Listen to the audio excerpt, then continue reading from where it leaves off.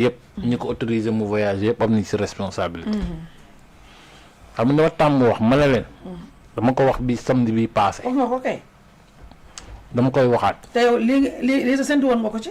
waaw waaw ma ne leen bàyyi ko rek. bàyyi ko nit Dakar fii. muy wër-wërlu. ak nos frontières tellement poreuses. nga loolu ñëpp a si d'accord. dégg nga Juba. beneen bi ma si yokkul woon mooy en général soo amee problème yu mel nii su la avocat yi di demander liberté provisoire dafa am ay critères ñu ne est-ce que sa libération du troubler l'ordre public.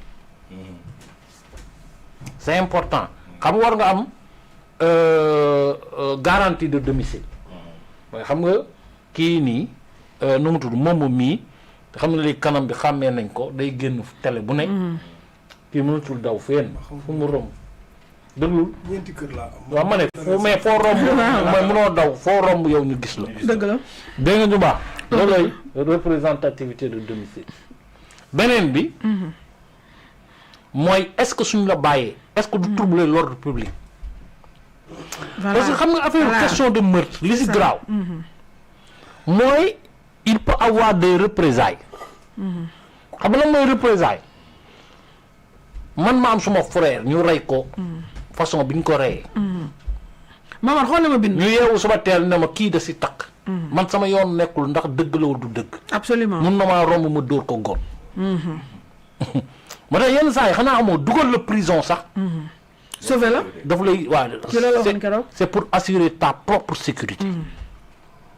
dégg léegi non plus grave. jàllul ci frontière poreuse yi de. aéroport la jaar. ma yaakaar ni. par mesure conservatoire. tout en comme que dañ jàpp ni dañ koo war a auditionner waat. def confrontation avec son accusateur. war ñu koon may mu voyage. man loolu laa jàpp. tout en respectant la présomption d'innocence. léegi bu génnee dem yoonam. parce que nee naa leen question de meurtre bu la boo xamee ni yow mii da nga si laale xam nga ay convocation ñun cyber bu ñu fa wooyee. mais dañoo dox nànk dem. parce que xam nañ ni lii c'est pas assez grave boo xam ni mais soo xamoon ni lii ngay ñu lay wooyee nii mun na am ay conséquences yu dramatiques. mais mun ngaa daw ah. ah oui. yaa ngi dégg te bii affaire de bii affaire de meurtre la. non bii meurtre la. affaire de meurtre la donc ak acte de barbarie. donc mun ngaa génn daw. mais boo dawee nag loolu ce serait un échec patent. pour notre justice parce que ñun ñoo ko tey. c'est que moi mon problème. waaw. Qui a levé l'interdiction de c'est ça. ah ay kilifa. c'est-à-dire xam nga c'est-à-dire man non attention ay kilifa. non dañuy waxtaan. waaw. juge bi mooy def moom moo dafa am fu ma jëm. l'interdiction de sortie du territoire j'ai dit l'interdiction de sortie du territoire. dafa am ay kilifa yi fii bu ñu interdire de sortie du territoire. Lat Diop balaa ñu koy jàpp dañ ko interdire de sortie du territoire dafa dem di tukki ñu ne ko waroo tukki. waaw wala de. ñeneen ak ñeneen dañ leen jox interdiction de sortie du territoire comme moom dafa dem di tukki jour boobu la ñu xam ni dañ ko interdire de sortie du territoire.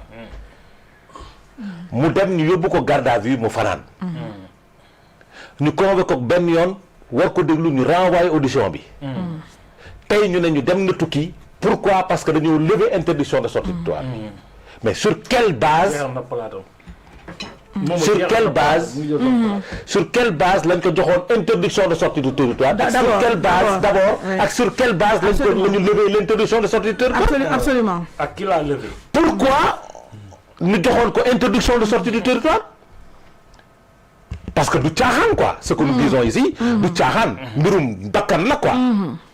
ak acte de barbarie double meurtre la. double meurtre sur la base des dénonciations nga tudd ci nit. nga interdire ko de sortie du territoire boo am programme war koo tëggi. ba mu toog nga defal ko garde à vue libéré ko amoon assez d'éléments nga bàyyi ko mu dem war a ñëw audition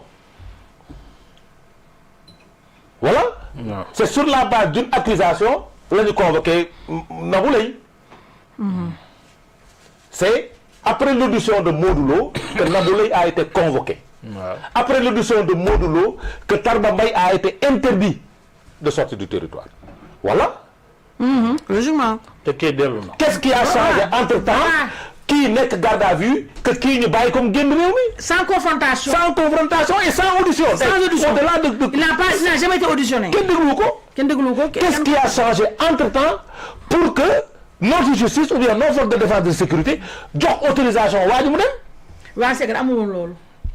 Amu ko woon? Wally Seck n'a pas. Wally Seck ne l'avait pas. Wally Seck n'avait pas eu ça. Lat Diop ne l'avait pas. Personne ne l'a eu. Samba Xama Ndom Thierno Ndom. Amu ko. Amu ko. Kii amu ko. Waaw. Thierno Ndom ba am na 2 fois interdiction de sortir. Mansour Faye ne l'avait pas. Madiambal Diagne nii nag. Madiambal Diagne ne l'avait pas. Pourquoi xale bi am ko? Pourquoi lui? Mais c'est grave. te Madiambal Diagne ak ñooñu rey ñu nit. Kenn tuumaal leen rey nit. Kenn accusé leen de crime. Mais qui est-il? Qui est-il pour qu'on puisse sauter l'autorisation de sortie du territoire? Puisque ma en une semaine. Fan lañ ko teg? En une semaine. Fan lañ ko teg? Qui est Tarba Mbaye? Maintenant Doudou wax na ko su rëccee la responsabilité incombe aux juges ou bien aux gens qui lui ont signé l'autorisation de sortir de ce pays. Mais c'est le juge. Non. Ça y est. Il n'y a que le juge qui peut faire ça. Ça y est. Ça y est. Mais yamal foofu rek. Parce que l'autorisation fii Madiambal nous a expliqué. yem naa fa ndax nag tribunal Pikine ak sama kër sorewul. Donc au-delà de ça, Madiambal Diagne nous a expliqué ici. wax na fii ne y a des gens qui appellent au téléphone. Boo ñu expliqué fii naka lañ ko teree mu génn. ba donné ay numéro de téléphone. Ça c'est pas le juge. Parce qu'une autorisation, sur l'interdire de sortir, c'est une notification des juges, le Wardon. Document écrit le Wardon. Wardon sur la base d'un appel téléphonique. Sur Amérique, c'est parce qu'il y a peut-être, parce que il y a peut-être des mains qui sont derrière. Maintenant, qui est-il? Bala nga avancé nga baal ma Adus nga baal ma de waaye yeggali sax après su ma. Qui est-il pour bénéficier de tout ça? D'autant de privilèges que les autres bénéficient. Est-ce que nous ne sommes pas dans un pays de Kumba am ndey wala Kumba amul ndey? Parce que loolu lay niru. Lat Diop a été rembrouillé. waa ji su génnee ba jaar ci suuf dem génn bitim réew Madiambal c'est parce que on l'a interdit d'une manière illégale. Abdoulaye Seydou Sow dund na ko. Pape Malick Ndour nag. Pape Malick Ndour dund na ko fi. keneen ak keneen dund na ko fi. te ñooñu rey ñu nit accusé wu ñu leen de crime. Ah tuumaalu ñu leen dara. Qu'est-ce que Tarba a que Nabou Leye n'a pas? Et que les autres ñoom Madiambal. Que les autres n'ont pas. Parce que Nabou Leye a été réauditionné. En confrontation suite à l'audition de Modou Lo. C'est important déglu leen Tarba Mbaye Modou Lo moo ko cité. te ba tey dafa confrontation ak Modou. ñu arrêté kii. prévoir auditionner kii. Maintenant pourquoi Tarba Mbaye voulait coûte que coûte voyager. Voilà. Avant. Ah. Nous n'avons rien contre lui comme ni koy Aïssatou di waxee. Pourquoi il a voulu voyager. ay questions yu ñuy poser parce que loolu moo ñuy permettre ñu jël puzzle bi teg ko mu leer. Maintenant tey dem na lu tax mu dem quelle garantie a-t-il donné? Très important. Voilà, très important.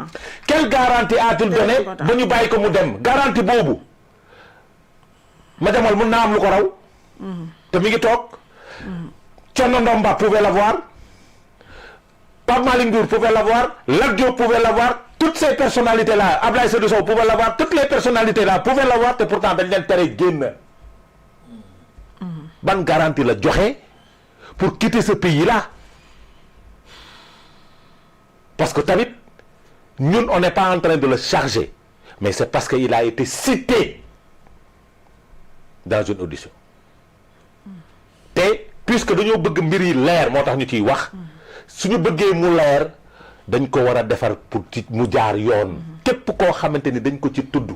dañ ko war a tudd maintenant nag quand tu te permets tu utilises des gens mooy li ma doon wax rek ci gars yi di TikTok di wax mais que fait le nom de Coumba Gawlo Seck dans cette affaire? C'est une question. Kiliyaami. Qui envoie à Coumba Gawlo. Non, qui veut brouiller les pistes. Brouiller les pistes. Oui. Qui cherche à brouiller les pistes. Qui cherche à détourner l'enquête. C'est des questions qu'il faut poser. Parce que comme le monde, même quand tu parce que amna alibi. Le billet d'avion. Amna alibi. Mais comment ça? Vraiment, imagine Coumba Gawlo derrière commanditaire. Coumba Gawlo, quels sont tes rapports avec ces deux personnes? Maintenant, parce que dans cette situation-là, il faut éviter de noyer le poisson, quoi. C'est-à-dire, xam nga problème lan la mooy nañu jël Coumba mu ñu pousse ko fa la ñu wax ñu leneen. La question, c'est pourquoi on refuse d'auditionner Tarba Mbaye. Pourquoi? Qui le protège? Qui le protège? Une question. Pourquoi cette confrontation bi Tarba bi Naboulay bi ñu def Naboulay ak Modou Lo defuñu ko ak Tarba Mbaye? Parce que confrontation mën na am Tarba Mbaye génn ci libre. Est-ce que xam ngeen loolu? waaw bu baax. mën na am mu génn ci libre. li tax ñu téye Nabou parce que génn ci libre. Donc lui, qu'est-ce qu'il a à craindre? Lan bay daw confrontation. Lu muy ragal? Pourquoi veut-il coûte que coûte voyager? Et quelle est la personne qui veut que Tarba voyage, quitte le pays? Ay samp laaj la. Maintenant nag suñu ci andee tontu, on n'apportera les réponses parce que lu tax bëgguñu ci xuus. On ne peut pas faire comme les autres, hein. Ñii ñi ngi liggéey. Amul kenn ko war a nekk fii di brouiller les pistes de l'enquête. Amul kenn ko am droit boobu parce que ay bakkan la. Wala ay bakkan la. Ay bakkan la. Des personnes innocentes qui vivaient leur vie tranquille nekk seen appartement xaw ma lu ñu doon def ak lu ñu doon doon sama yoon newu ci. Personne n'a le droit d'ôter la vie de quelqu'un. Vraiment. Ki ci takk ñi ko def ak ñi ci takk ak ñi nekk autour yëpp dañ leen war a jàpp tëj damm caabi ji sànni géej. Loolu mooy dëgg parce qu'ils n'ont pas le droit d'ôter la vie. Maintenant ces organisations féministes là ba ñu waree jóg du tey. Il faut qu'ils arrêtent. dëgg. Non day di ba ñu waree jóg di tey. ba ñu waree jóg nee na xaaral kii pare. ba ñu waree jóg une fille a dit ici dans ce pays qu'elle a été violée. dara xewut. jóguñu. Vraiment. waaye man mii rek jigéen laa. man bañ a persécuté. Combien de femmes ont été assassinées ici kenn déggu leen. duñ dara. kenn déggu leen. xam nga lu ñu war a wax dans ce pays là. ni ñu porté woon seen parité boobu. ba Abdoulaye Wade defal ko. Macky Sall ñoo def la application bi noonu la ñu war a porter cette fameuse loi sur la peine de mort mu dellusiwaat Sénégal. te suñ ko porté ñoom. wala au-delà de la peine de mort parce que ça a été révélé au niveau international am na dëkk yu koy def am na dëkk yu koy def ñu yóbbu leen ci perpétuité. parce que tamit un criminel ne mérite pas de sortir. Vraiment. man seetaan naa ay procès aux États-Unis 750 ans lañ lay tëj. xam nga dootoo génn. mooy perpétuité. Donc pour dire la vérité. Leur combat devait être d'éclairer la lanterne des Sénégalais sur la mort de cette femme-là. De porter le combat de ces femmes qui sont violentées dans leur ménage, qui sont violentées dans la vie, qui sont persécutées dans leur lieu de travail. Parce que des femmes sont persécutées dans leur lieu de travail. Et on n'entend pas ces associations de femmes. dëgg. Gis nga dafa am moment yoo xamante ni ku noppi du gor. ku noppi complice nga te loolu mooy dëgg. maa ngi jéggalu nag. nee na tuuti. mais xam nga man ci affaire